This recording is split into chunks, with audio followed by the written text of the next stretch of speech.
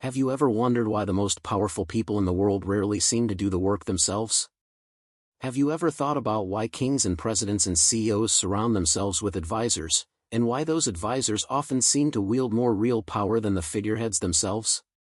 Have you ever noticed that the moment you try to do everything yourself, the moment you insist on being the hero of your own story, is precisely the moment when you become most vulnerable to those who understand how power actually works? Today, we are going to explore Law 8 from the 48 Laws of Power.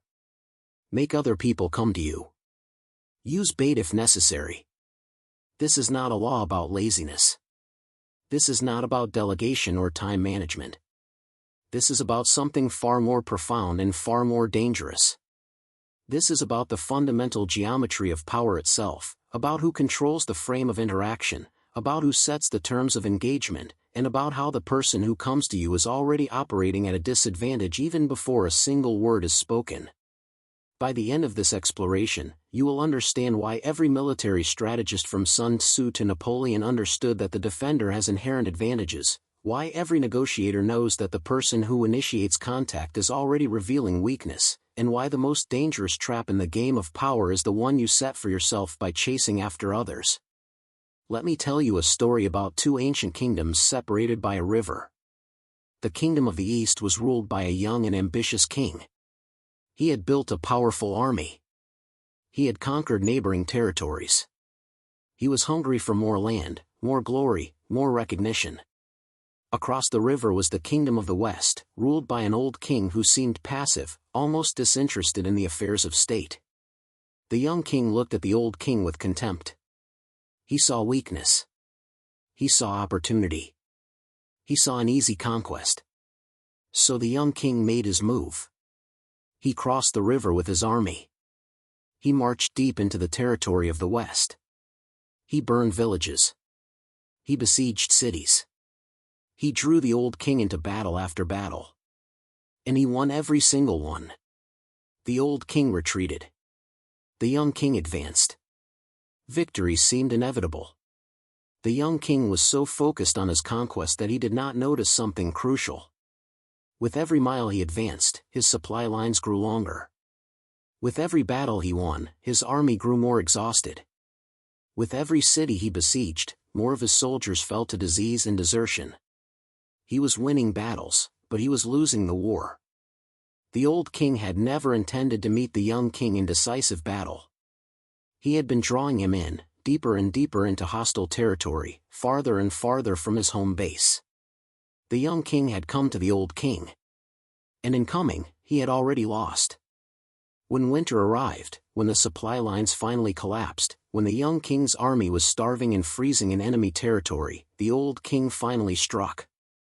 His fresh troops swept down from the mountains. The young king's army, victorious in every battle but exhausted and far from home, was annihilated. The young king himself was captured and executed. This is Law 8 in its purest form. The young king thought he was the aggressor. He thought he was in control. He thought his movement toward his enemy was a sign of strength. But he was wrong. From the very beginning, the old king had been in control. By making the young king come to him, by drawing him deep into his territory, the old king had already won. The young king had fallen into a trap of his own making, and he never even knew it existed until it was too late. This principle applies far beyond military strategy. It applies to every human interaction where power is at stake.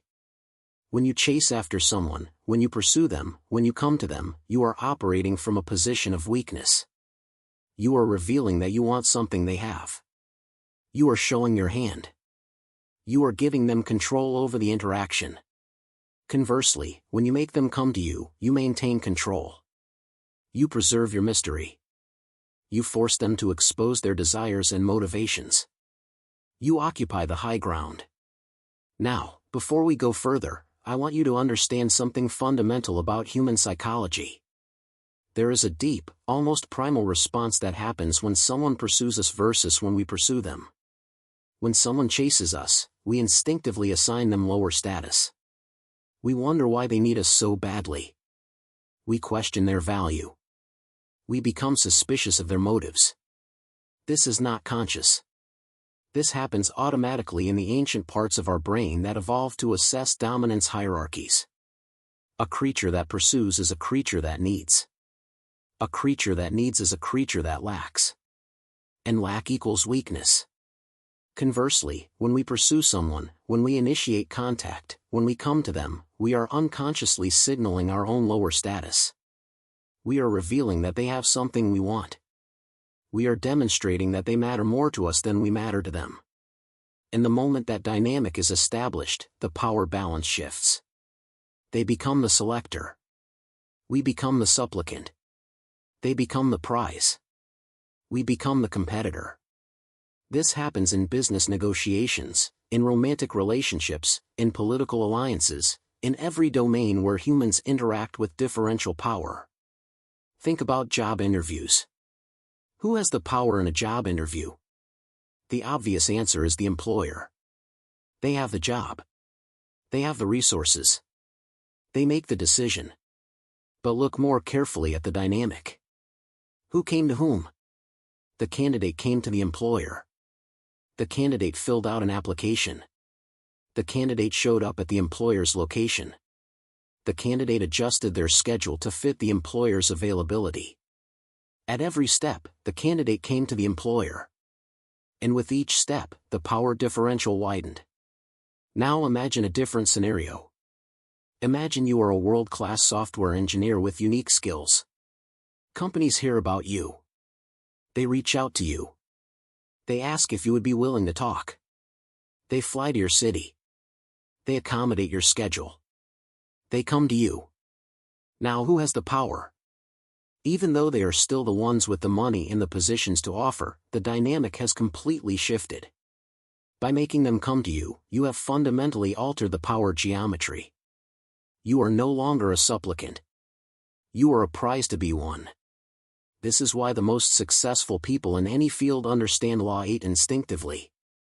They create value and reputation in such a way that opportunities come to them rather than them having to chase opportunities.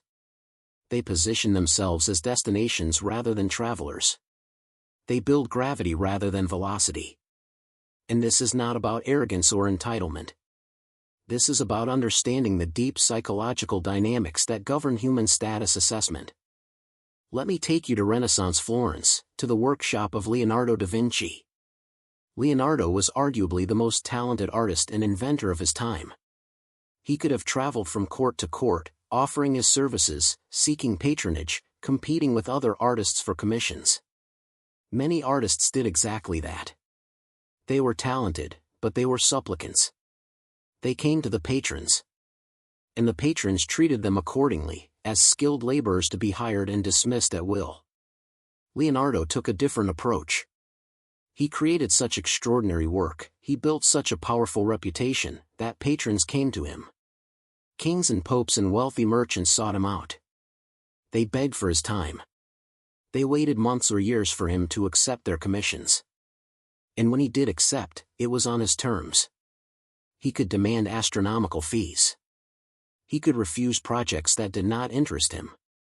He could abandon commissions that bored him, and his patrons would still beg him to return. Why? Because Leonardo had mastered Law 8. He had made himself the destination. He had created a gravitational field so strong that power flowed toward him rather than him having to chase after it. Compare this to other artists of the same period who were arguably just as talented. They traveled. They competed. They pursued patrons. They created magnificent works. But they remained laborers in the eyes of their patrons. They were valued, certainly, but they were not revered. They did not have the same autonomy, the same power, the same freedom that Leonardo enjoyed. The difference was not talent. The difference was understanding Law 8. Now let us leap forward 500 years to the modern business world. Consider the story of Steve Jobs and his relationship with Disney. In the late 1990s, Pixar, which Jobs owned, was negotiating with Disney to distribute their films. Disney was the giant. Disney had all the leverage. Disney had the distribution network, the marketing machine, the brand recognition. Pixar was a small studio that had made one successful film. By all conventional analysis, Pixar should have come to Disney as a supplicant, grateful for whatever terms Disney offered. But Jobs understood Law 8. He knew that Disney needed Pixar more than Pixar needed Disney. Disney's animation division was failing. They had not had a hit in years. Meanwhile, Pixar was producing films that were both critically acclaimed and commercially successful. So Jobs did something counterintuitive. He walked away from the negotiation. He refused to pursue the deal. He made Disney come to him. And when Disney did come, when they realized they could not afford to lose Pixar, the entire dynamic had shifted. Jobs negotiated from a position of strength. He eventually sold Pixar to Disney for billions of dollars and became Disney's largest individual shareholder and a board member. He had made Disney come to him, and in doing so, he had captured enormous value. This is Law 8 operating in modern corporate warfare. Jobs understood that pursuit signals weakness. He understood that by refusing to chase the deal, by being willing to walk away, he transformed himself from a supplicant into a prize. Disney went from being the powerful distributor granting favors to a desperate company trying to save its animation legacy. The geometry of power had completely inverted, and it inverted the moment Jobs stopped pursuing and made Disney come to him. Now here is where this law becomes truly fascinating and truly dangerous. Because Law 8 is not just about passive waiting. It is about active baiting. The full law says make other people come to you, use bait if necessary. This is crucial. You are not just sitting around hoping people will find you. You are strategically creating situations that compel them to come to you. You are setting traps disguised as opportunities. You are creating vacuums that others cannot help but fill. You are engineering the conditions that make pursuit inevitable for your target while maintaining the appearance of complete indifference yourself. Think about this in the context of romantic relationships. Everyone has seen this dynamic play out. One person pursues desperately. They text constantly. They plan elaborate dates. They make themselves available at all times. They chase. And what happens? The other person loses interest. They take the pursuer for granted. They wonder why this person is so available, so eager, so desperate for their attention. The relationship, if it exists at all, is unbalanced and unsatisfying. Now consider the opposite dynamic. One person is busy, fulfilled, interesting. They have a rich life full of activities and friends and passions. They respond to messages, but not immediately. They make plans, but they also have other commitments. They are genuinely interested, but they are not desperate. What happens? The other person starts to pursue. They become curious. They wonder what this interesting person is doing when they are not responding. They start to value the time they get with this person because it is scarce. The relationship, if it forms, begins from a place of balance or even advantage for the person who made the other come to them. This is not manipulation. Or rather, it is manipulation only in the sense that all human interaction involves influence and positioning. This is simply understanding the psychology of desire and scarcity. We value what we have to work for. We dismiss what comes too easily. Making others come to you taps into this fundamental human wiring. It creates the perception of value through scarcity and challenge. It makes you the prize rather than the pursuer. But here is the twist, the dark truth that makes Law 8 so dangerous. When you make others come to you, you are not just gaining a strategic advantage. You are fundamentally altering their psychology in ways they may not even recognize. When someone pursues you, when they come to you, they begin to rationalize that pursuit. They tell themselves a story about why you must be valuable, why you must be worth the effort. They invest cognitive and emotional energy into the pursuit, and that investment becomes its own justification. They become committed not just to you, but to the narrative they have constructed about you.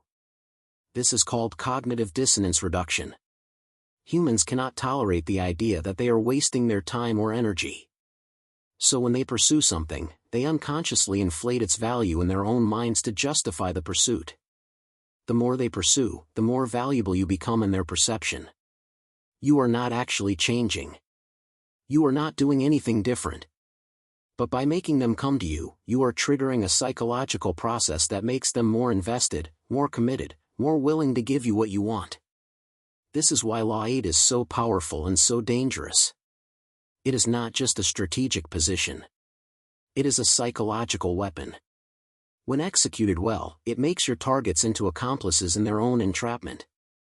They think they are choosing to pursue you. They think they are making free decisions.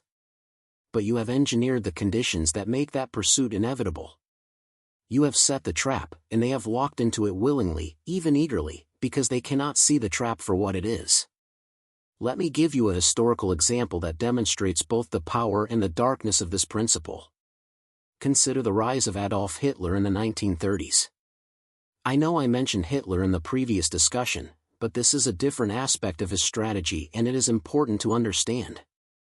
Hitler did not pursue alliances with other European powers. He did not go to them as a supplicant, asking for recognition or concessions. Instead, he rebuilt German military power, he remilitarized the Rhineland, he absorbed Austria, he made demands. And the other European powers came to him. They came to Munich to negotiate. They came seeking appeasement. They came trying to satisfy his demands in hopes of avoiding war. By making them come to him, Hitler achieved several things simultaneously. First, he established psychological dominance. He made Britain and France look weak and desperate. Second, he controlled the frame of the negotiations. He set the terms. He decided what was on the table. Third, and most insidiously, he made them invest in the idea that he could be appeased. Every time they came to him, every time they made concessions, they became more committed to the narrative that negotiation could work. They invested so much in avoiding war that they became blind to the reality that war was inevitable. Hitler had made them come to him, and in doing so, he had trapped them in a psychological prison of their own making. Now, I am not suggesting you should emulate Hitler. I am using this example to show you how powerful and how dangerous Law 8 can be when wielded with strategic intent. The principle itself is amoral. It is a tool. It can be used to build a business, to protect yourself from manipulation, to navigate social dynamics. Or it can be used to manipulate, to control, to trap others in situations that serve your interests at their expense. The law itself does not care. What matters is the intention and ethics of the person wielding it. Let us return to more everyday applications. Think about the dynamics of customer acquisition in business. Most businesses chase customers. They advertise. They offer discounts. They send sales teams door to door. They pursue. And what happens? Customers perceive them as desperate. Customers negotiate hard on price. Customers feel no loyalty because they know the business needs them more than they need the business. The power dynamic favors the customer because the business came to them. Now consider a different business model. Consider a company like Hermès, the luxury goods manufacturer. Hermès does not advertise extensively. They do not discount. They do not chase customers. In fact, for their most exclusive products like the Birkin bag, there is a waiting list that can be years long. Customers come to them. Customers pursue the privilege of being allowed to purchase their products. And what happens? The power dynamic completely inverts. Hermès can charge astronomical prices. Hermès can be selective about who they sell to. Hermès creates fanatical loyalty because customers have invested so much effort into the pursuit that they become emotionally attached to the brand. This is Law 8 in commercial form. Hermès has created artificial scarcity and exclusivity that makes customers come to them. They have set the bait, the allure of status and exclusivity, and customers have willingly walked into the trap. And it is a trap, make no mistake. Customers are paying enormous premiums for products whose material cost is a tiny fraction of the price. But because they came to Hermès, because they pursued, because they invested time and energy and emotion, they rationalize the purchase. They tell themselves the products are worth it. They become advocates for the brand. They have been caught, and they do not even realize it. This same principle operates in the realm of ideas and intellectual influence. Consider how certain thinkers and philosophers have gained influence throughout history. Some traveled from place to place, offering their ideas to anyone who would listen. They wrote extensively. They debated publicly. They pursued audiences. And while some gained followings, they remained vulnerable. They could be ignored. They could be dismissed. They were supplicants in the marketplace of ideas. Others took a different approach. Socrates, for example, did not pursue students. He did not travel to promote his philosophy. He simply existed in the public spaces of Athens, engaging with whoever approached him. People came to Socrates. They sought him out. They pursued the opportunity to engage with him. And because they came to him, because they invested the effort to seek him out, they valued his teachings more highly. They became devoted followers.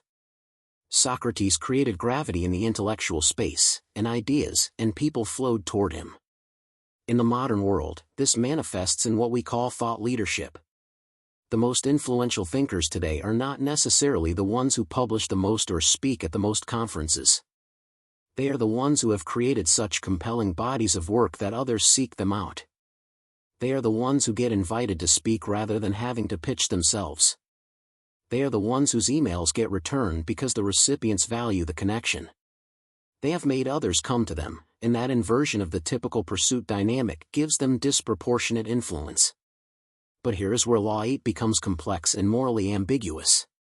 Because there is a fine line between making others come to you through genuine value creation and manipulating them through artificial scarcity and psychological games. The difference is intent and substance. If you have real value to offer, if you have genuine expertise or products or ideas that can help others, then positioning yourself so that others seek you out is simply smart strategy. You are not deceiving anyone. You are ensuring that your value is recognized and that you are not wasted on those who would not appreciate it. But if you are creating artificial scarcity, if you are playing hard to get purely as a manipulation tactic, if you have nothing of real value to offer but are using Law 8 to create the illusion of value, then you are engaging in a form of fraud. You are setting a trap with false bait. And while it might work in the short term, it will eventually collapse when people realize they have been deceived. The pursuit of empty value ends in disappointment, and disappointed pursuers become enemies. This is the ethical test of Law 8. Are you making others come to you because you genuinely have something valuable that they need? Or are you manipulating perception to extract value from others without giving anything real in return? The law itself works either way, but the long-term consequences are vastly different. Genuine value creates sustainable power.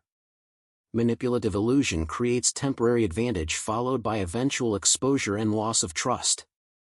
Consider the domain of expertise and credibility. In any field, there are people who position themselves as experts by constantly promoting themselves, by pursuing speaking engagements, by inserting themselves into every conversation. They are everywhere. They are loud. They are always available. And what happens? People start to question their expertise. If they are truly that valuable, why do they have so much time? Why are they so desperate for attention? Why are they pursuing rather than being pursued? The constant self-promotion undermines the very credibility they are trying to establish. Then there are the true experts, the ones who are so deeply engaged in their work that they barely have time to promote themselves. They publish groundbreaking research. They solve important problems. They create real value. And because of that, others come to them. Journalists seek them out for quotes. Conference organizers beg them to speak. Companies offer them consulting contracts. They do not have to chase opportunities because opportunities chase them. They have made others come to them through genuine excellence, and that dynamic reinforces their status as true experts. This distinction is crucial. Law 8 does not give you permission to be lazy or to play games. It demands that you create something worth pursuing. It requires that you build real value, real expertise, real results. The law is not about faking scarcity. It is about creating genuine scarcity through the quality and uniqueness of what you offer. When you understand this, Law 8 transforms from a manipulation tactic into a philosophy of value creation and strategic positioning. Now let us explore the spatial and temporal dimensions of Law 8. When we say make others come to you, we are talking about more than physical location. We are talking about psychological space and temporal control. The person who comes to you is operating in your environment, on your timeline, according to your rules. They have left their comfort zone. They have adjusted their schedule. They have accommodated your preferences. With each accommodation, the power differential grows. This is why successful negotiators always try to hold meetings on their own turf. When you negotiate in someone else's office, in someone else's city, you are already at a disadvantage. You are the one who came to them. You are the one who adjusted. You are the one operating outside your comfort zone. Every environmental factor, from the temperature of the room to the height of the chairs to the presence of their team versus your isolation, reinforces your lower status position. You walked into their trap the moment you agreed to come to them. Conversely, when you can make the negotiation happen in your space, on your schedule, you gain countless micro-advantages. You are comfortable. You are confident. You have home field advantage. And the other party, having come to you, has already signaled that they want something from you. They have revealed their hand before the negotiation even begins. This is Law 8 operating at the level of environmental psychology. The same principle applies to timing. When you respond immediately to every message, when you are always available, when you accommodate every request for your time, you are coming to others on their schedule. You are signaling that their time is more valuable than yours. You are putting yourself in a reactive, subordinate position. But when you respond on your own timeline, when you are selective about your availability, when you make others wait for your attention, you establish temporal dominance. You make them come to you not just in space but in time.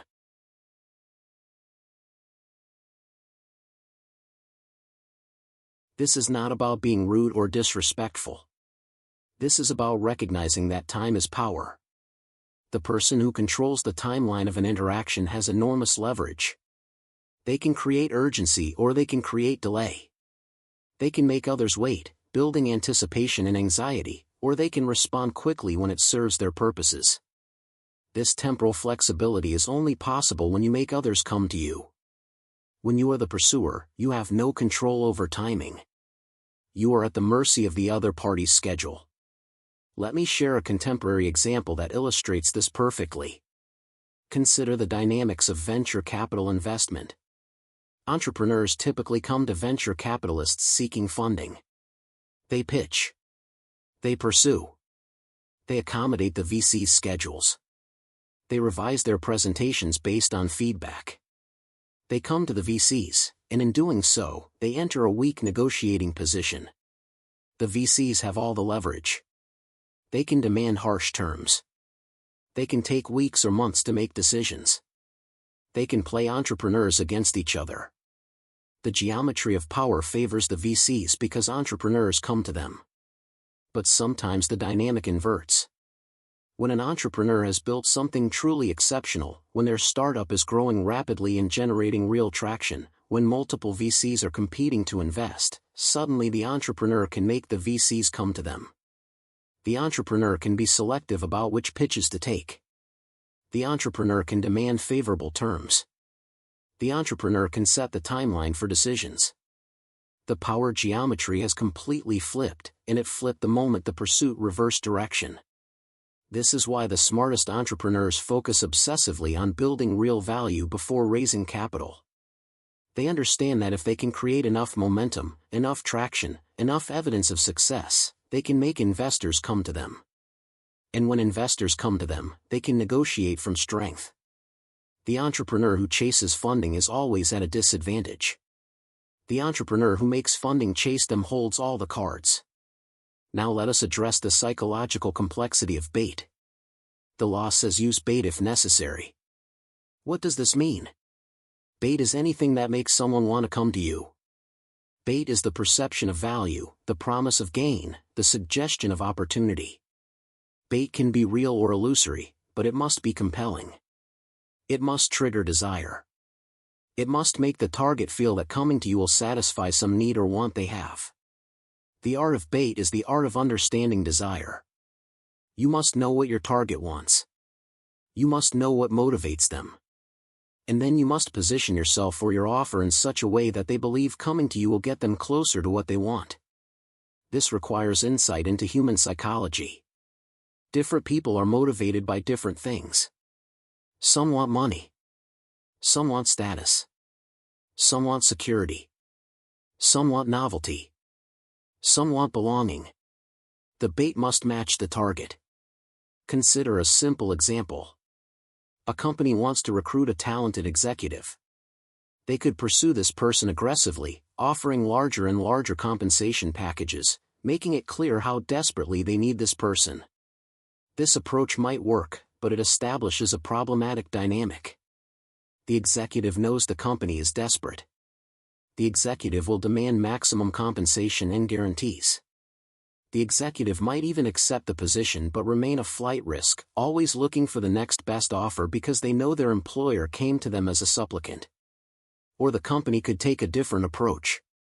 They could subtly let it be known that they are building something extraordinary, that they have an opportunity that is rare and exciting, that they are being selective about who joins the team. They could have mutual contacts mention the opportunity to the executive. They could create content that showcases the exciting work being done. They could use bait.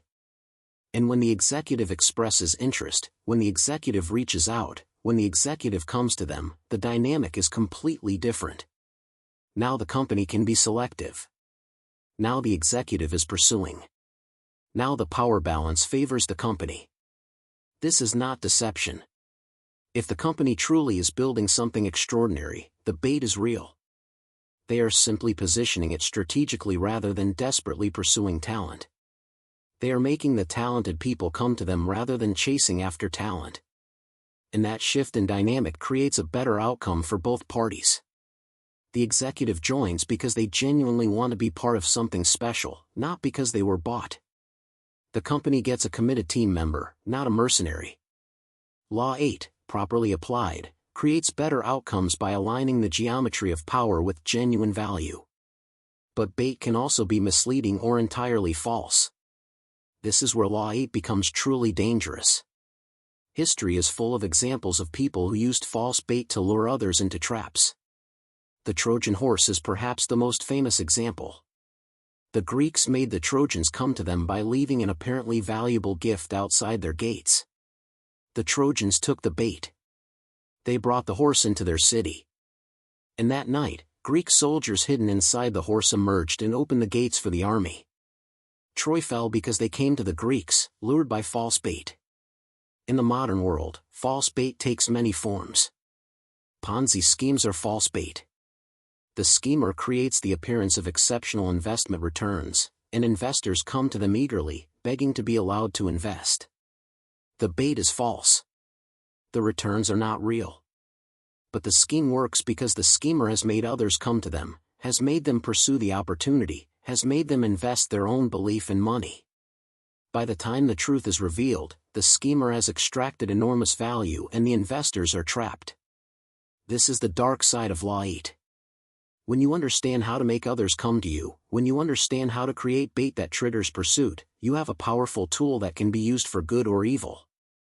You can use it to ensure your genuine value is recognized and sought out. Or you can use it to trap and exploit others. The law itself is neutral. Your ethics determine how you apply it. Let me share one more dimension of this law that is rarely discussed. Making others come to you is not just about individual interactions. It is about creating systems and structures that naturally channel people toward you. Think about how cities work. A successful city does not chase residents or businesses. It creates infrastructure, culture, and opportunity that makes people and businesses want to come. New York does not advertise for residents. People come to New York because New York has created a gravitational field of opportunity, culture, and connection. The city has made itself a destination, and that destination status creates a self-reinforcing cycle. More people and businesses come, which makes the city more valuable, which makes even more people and businesses want to come. This is not about being rude or disrespectful. This is about recognizing that time is power. The person who controls the timeline of an interaction has enormous leverage. They can create urgency or they can create delay. They can make others wait, building anticipation and anxiety, or they can respond quickly when it serves their purposes. This temporal flexibility is only possible when you make others come to you. When you are the pursuer, you have no control over timing. You are at the mercy of the other party's schedule.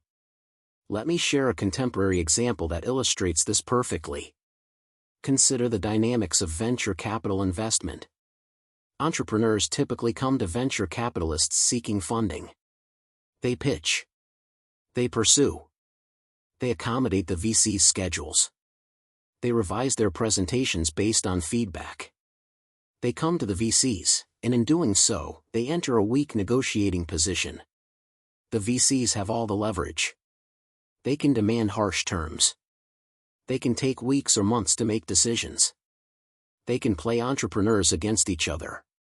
The geometry of power favors the VCs because entrepreneurs come to them. But sometimes the dynamic inverts. When an entrepreneur has built something truly exceptional, when their startup is growing rapidly and generating real traction, when multiple VCs are competing to invest, suddenly the entrepreneur can make the VCs come to them. The entrepreneur can be selective about which pitches to take. The entrepreneur can demand favorable terms. The entrepreneur can set the timeline for decisions. The power geometry has completely flipped, and it flipped the moment the pursuit reversed direction. This is why the smartest entrepreneurs focus obsessively on building real value before raising capital. They understand that if they can create enough momentum, enough traction, enough evidence of success, they can make investors come to them. And when investors come to them, they can negotiate from strength. The entrepreneur who chases funding is always at a disadvantage.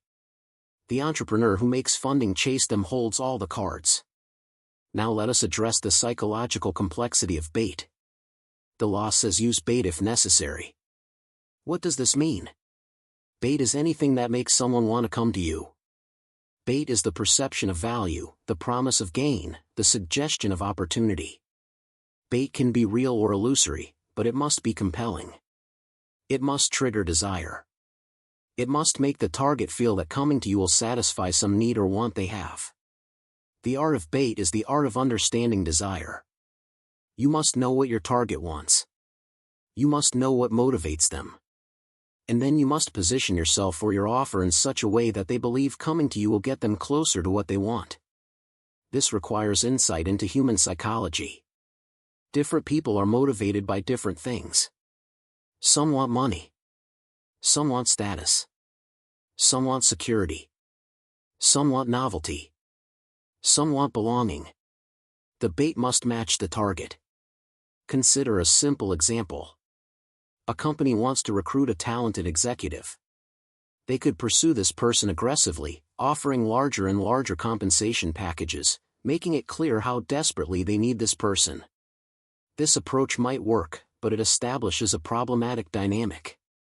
The executive knows the company is desperate. The executive will demand maximum compensation and guarantees.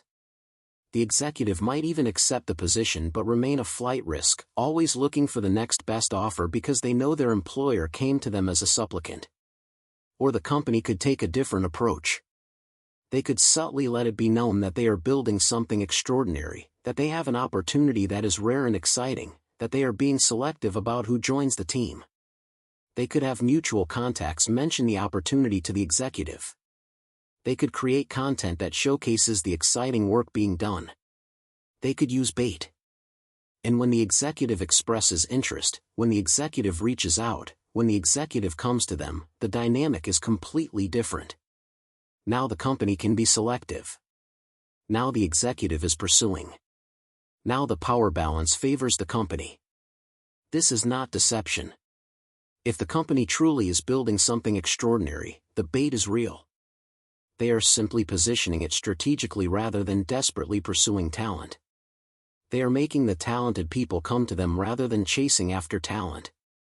And that shift in dynamic creates a better outcome for both parties. The executive joins because they genuinely want to be part of something special, not because they were bought. The company gets a committed team member, not a mercenary. Law 8, properly applied, creates better outcomes by aligning the geometry of power with genuine value. But bait can also be misleading or entirely false. This is where Law 8 becomes truly dangerous. History is full of examples of people who used false bait to lure others into traps. The Trojan horse is perhaps the most famous example. The Greeks made the Trojans come to them by leaving an apparently valuable gift outside their gates. The Trojans took the bait.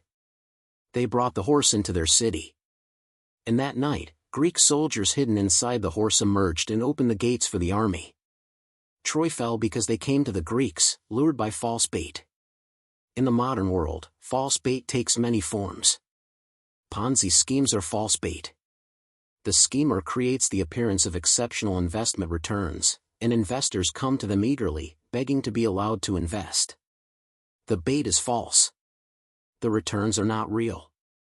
But the scheme works because the schemer has made others come to them, has made them pursue the opportunity, has made them invest their own belief and money. By the time the truth is revealed, the schemer has extracted enormous value and the investors are trapped. This is the dark side of Law 8. When you understand how to make others come to you, when you understand how to create bait that triggers pursuit, you have a powerful tool that can be used for good or evil. You can use it to ensure your genuine value is recognized and sought out. Or you can use it to trap and exploit others. The law itself is neutral. Your ethics determine how you apply it. Let me share one more dimension of this law that is rarely discussed. Making others come to you is not just about individual interactions. It is about creating systems and structures that naturally channel people toward you. Think about how cities work. A successful city does not chase residents or businesses. It creates infrastructure, culture, and opportunity that makes people and businesses want to come. New York does not advertise for residents. People come to New York because New York has created a gravitational field of opportunity, culture, and connection. The city has made itself a destination, and that destination status creates a self-reinforcing cycle. More people and businesses come, which makes the city more valuable, which makes even more people and businesses want to come. This same principle applies to platforms and ecosystems. Consider how Apple built its ecosystem. They did not chase developers to create apps for the iPhone. They created a platform that was so compelling, so widely adopted, so profitable for developers that developers came to them. Apple made themselves the gatekeeper to millions of consumers, and developers lined up for the privilege of building on their platform. Apple set the terms. Apple took a percentage of every transaction. Apple controlled the rules. And developers accepted all of this because Apple had made them come to Apple. The platform was the bait, and it was extremely effective bait. This is Law 8 operating at scale. When you create a platform, a network, a system that others need to access, you make entire industries come to you. You become a choke point. You become unavoidable. And that gives you extraordinary power. This is why platform businesses are so valuable. They have institutionalized Law 8. They have created permanent structures that make others come to them, again and again, generating compounding advantages over time. Now, as we approach the conclusion of this exploration, I want to address the central philosophical question that Law 8 raises. What does it mean to live in a world where the direction of pursuit determines the distribution of power? What does it do to us as individuals and as a society when we recognize that coming to someone inherently puts us at a disadvantage? These are not trivial questions. They cut to the heart of how we think about relationships, fairness, and human dignity. There is something deeply uncomfortable about Law 8. It suggests that genuine connection is impossible because every interaction is a power game where someone is pursuing and someone is being pursued. It suggests that vulnerability, reaching out, expressing need, these are all weaknesses to be exploited. It creates a world where everyone is trying to make everyone else come to them, resulting in a kind of social standoff where no one wants to make the first move for fear of losing status. This is a real risk. When everyone understands Law 8, When everyone is playing the game of making others come to them, social connection becomes more difficult. Trust becomes harder to establish. Genuine collaboration suffers because everyone is positioning rather than engaging authentically. This is the tragedy of strategic thinking. The more you optimize for power dynamics, the less capable you become of genuine human connection. So how do you navigate this? How do you protect yourself from being exploited by those who understand Law 8 while also maintaining your ability to connect authentically with others? The answer is context and consciousness. You must be able to shift between modes.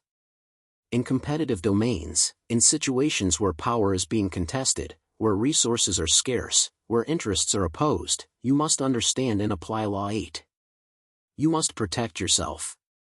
You must not allow yourself to be trapped by those who would make you come to them for their own advantage. But in collaborative domains, in genuine relationships, in communities built on trust and mutual support, you must be willing to set Law 8 aside. You must be willing to reach out. You must be willing to pursue connection without worrying about status dynamics. You must be willing to be vulnerable. Because the alternative, a life where every interaction is calculated for power advantage, is a kind of living death. It is isolation masquerading as strength. It is loneliness disguised as control. The wisdom is knowing which mode to operate in and when. With competitors, with adversaries, with those who would exploit you, apply Law 8 mercilessly. Make them come to you. Set the bait. Control the frame. Protect your position. But with friends, with family, with collaborators who share your values and goals, be willing to reach out. Be willing to come to them. Be willing to show that you value the relationship more than you value the power dynamic. This is not weakness. This is the ability to distinguish between contexts where power strategy is necessary and contexts where it is destructive. Think about the difference between a negotiation with a supplier and a conversation with your spouse. In the negotiation, applying Law 8 makes perfect sense. You want the supplier to come to you because you want leverage. You want a good deal. Your interests are opposed. But if you apply Law 8 in your marriage, if you try to make your spouse always come to you, if you turn intimacy into a power game, you will destroy the relationship. You will create resentment. You will lose the very thing you are trying to protect. This is the final test of Law 8. Can you apply it strategically when necessary while also being able to set it aside when it would harm more than it helps? Can you live in both worlds, the world of power strategy and the world of genuine connection? Or do you become trapped in one mode, either naively vulnerable to exploitation or cynically isolated by constant strategic positioning? The answer determines not just your effectiveness but your humanity. Law 8 is powerful. It can protect you from being exploited. It can help you build influence and achieve your goals. But it cannot give you meaning. It cannot give you love. It cannot give you connection. Those things require vulnerability. They require reaching out. They require sometimes coming to others without worrying about the power dynamic. So here is the final question, the one I want to leave you with as we conclude this exploration. When you look at your life right now, are you making others come to you or are you always the one pursuing? Are you building value that attracts opportunity, or are you chasing after opportunity desperately? Are you creating bait that makes others want to engage with you, or are you constantly trying to force yourself into situations where you are not wanted? And perhaps most importantly, are you applying Law 8 strategically in competitive domains while remaining open and generous in personal domains? Or are you playing power games everywhere and wondering why you feel so alone? These questions matter because Law 8 reveals something fundamental about how power works, but it also reveals something about the cost of power. You can make everyone come to you. You can control every interaction. You can maintain psychological dominance in every relationship. But you will pay a price. You will lose spontaneity. You will lose intimacy. You will lose the ability to be genuinely surprised and delighted by others because you are always calculating, always positioning, always protecting your strategic advantage. The true mastery of Law 8 is not in applying it everywhere. It is in knowing when to apply it and when to violate it. It is in having the discernment to recognize when the pursuit dynamic matters and when it does not. It is in being strategic enough to protect yourself from exploitation while remaining human enough to reach out to others when connection matters more than control. Make other people come to you. Use bait if necessary. But remember that the bait is not just for them. It is also for you. What you use as bait reveals what you value. If you use false promises and manipulation, you will attract people who respond to false promises and manipulation. If you use genuine value and authentic opportunity, you will attract people who recognize and appreciate those things. The bait you choose determines not just who comes to you but who you become in the process of making them come. So choose your bait carefully. Build real value. Create genuine opportunity. Make yourself worth pursuing for the right reasons. And then, when people come to you, recognize the responsibility that comes with that power. They have made themselves vulnerable by coming to you. They have revealed their needs and desires. They have given you leverage. How you use that leverage, whether you exploit it or honor it, determines not just your effectiveness in the game of power but your character as a human being. Law 8 is powerful. It is dangerous. It is true. And it is waiting for you to decide how you will use it. Will you use it to trap and exploit? Or will you use it to ensure that your genuine value finds those who can benefit from it? Will you make others come to you only to abuse the advantage it gives you?